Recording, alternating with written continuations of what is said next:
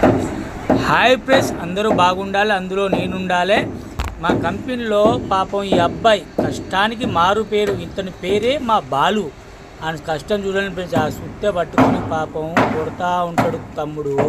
కానీ కష్టం అంటే నిజం బ్రో, వీనికన్నా నేర్చుకోవాలి ఫ్రెండ్స్. ఎందుకంటే ఈ అబ్బాయి చోటి ప్లస్ మూగా మాట్లాడరాదు, వినరాదు. అవునంగా ఆయన సొంతంగా పని చేసుకుంటాను పో. దేవుడు మన కాళ్ళు చేతులు అన్నీ ఇచ్చిండు.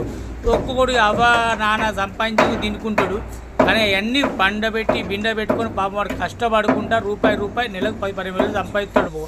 ఆ సుత్త తీసుకొని దాన్ని కొడతాడు. మన కష్టం అసలు నీ ఇక్కడ పిలుస్తానా, అరే బాలు బాలని వినిపించుకుంటలేదు, ఎందుకంటే వినపడదు కదా ఫ్రెండ్స్.